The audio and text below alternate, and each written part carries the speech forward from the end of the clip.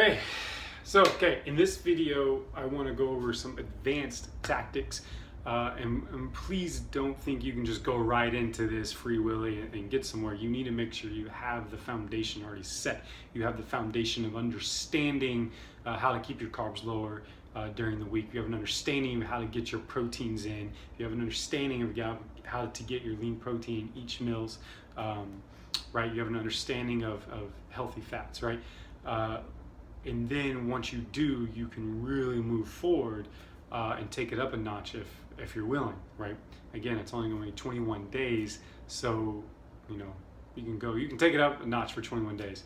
Anyone can, but it's not for everyone. I just need to preface that. Please don't just jump into this think this is for me. You have to have the foundation, or you're going to be even more confused, or you're going to feel even more bogged down. So here's a little more advanced tactics you can do. So I mentioned earlier in one of the videos in the beginning that instead of keeping your carbs around 100 or 150, I say bring them down to 50 net carbs. And what that means is your total carbs for the day net, not including fiber.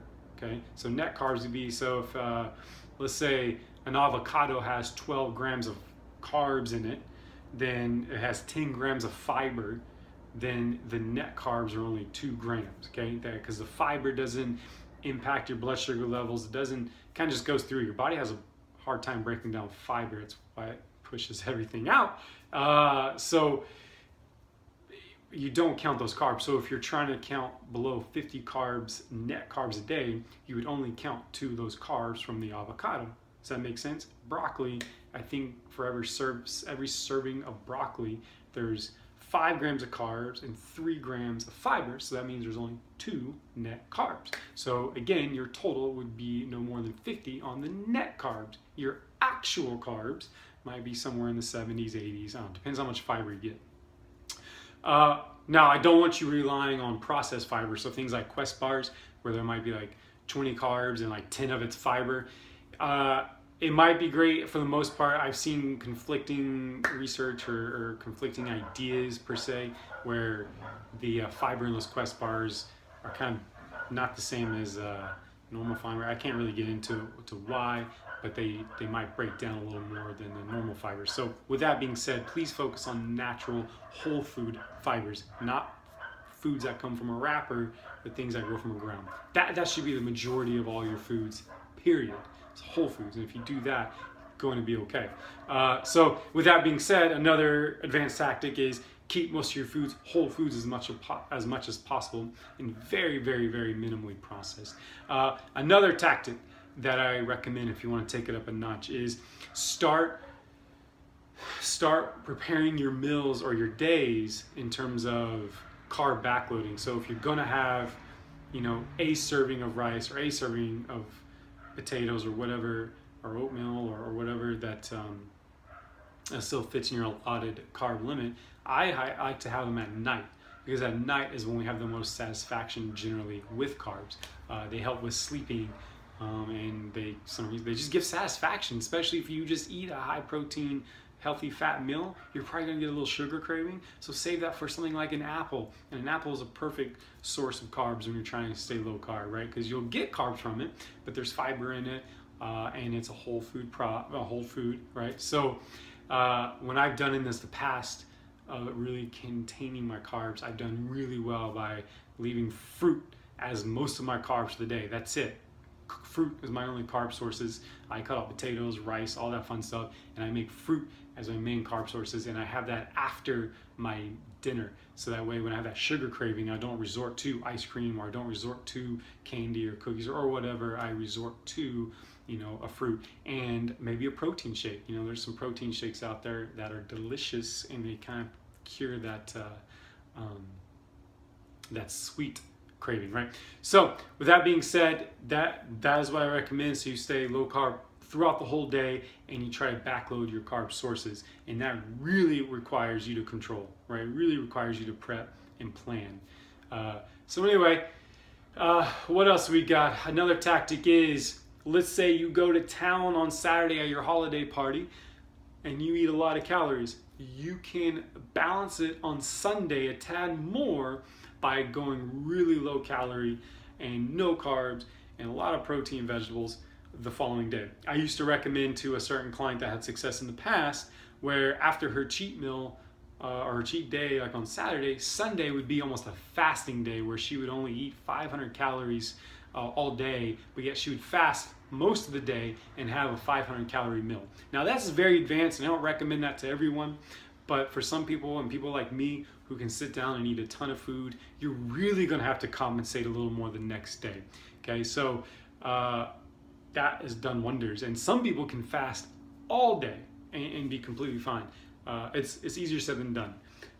Talking about fasting, another technique is the intermittent fasting throughout each day. Now, I don't fully recommend this to everyone.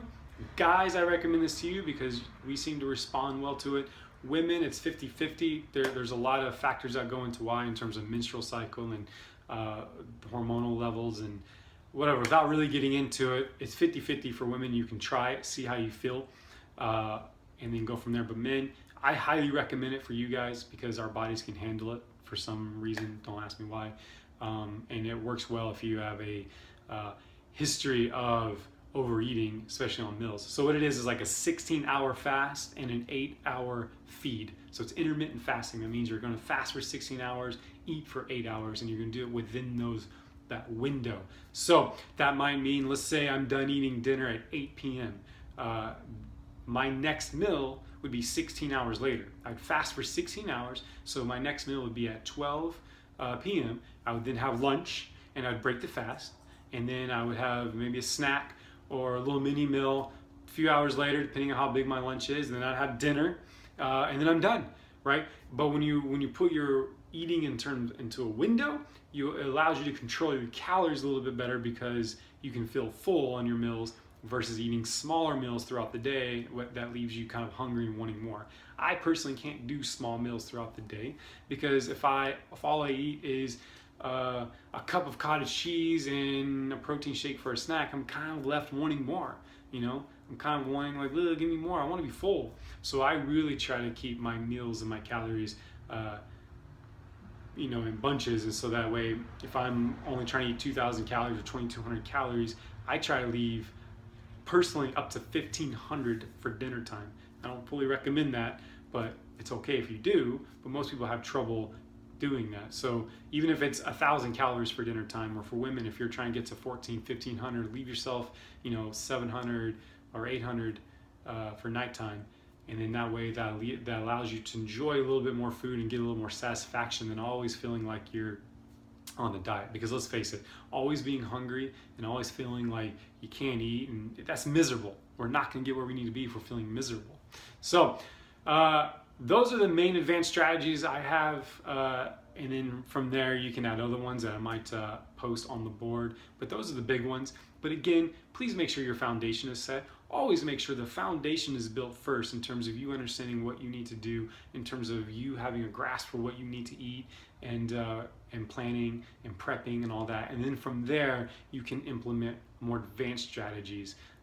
But again, you've heard the expression, what is it, like you can't run until you crawl, right? Or you can't run until you walk first, right? And you can't walk until you crawl first. It's the same thing. Most people try to go from being born to running sprints in one day, and that's why most people fail, when it really needs to be in conjunction. Now again, with this 21 days being a short sprint, 21 days, you can get after a little bit more in 21 days versus trying to make it a lifelong habit. But still, please make sure that foundation is set before you go right into more advanced tactics like fasting all day, or intermittent fasting, or carb backloading everything, and from there. So anyway, hope that helps a little bit. Hopefully it didn't make you any more confused, but again, if you have questions, post on the board. I'll be happy to answer. All right, see you soon.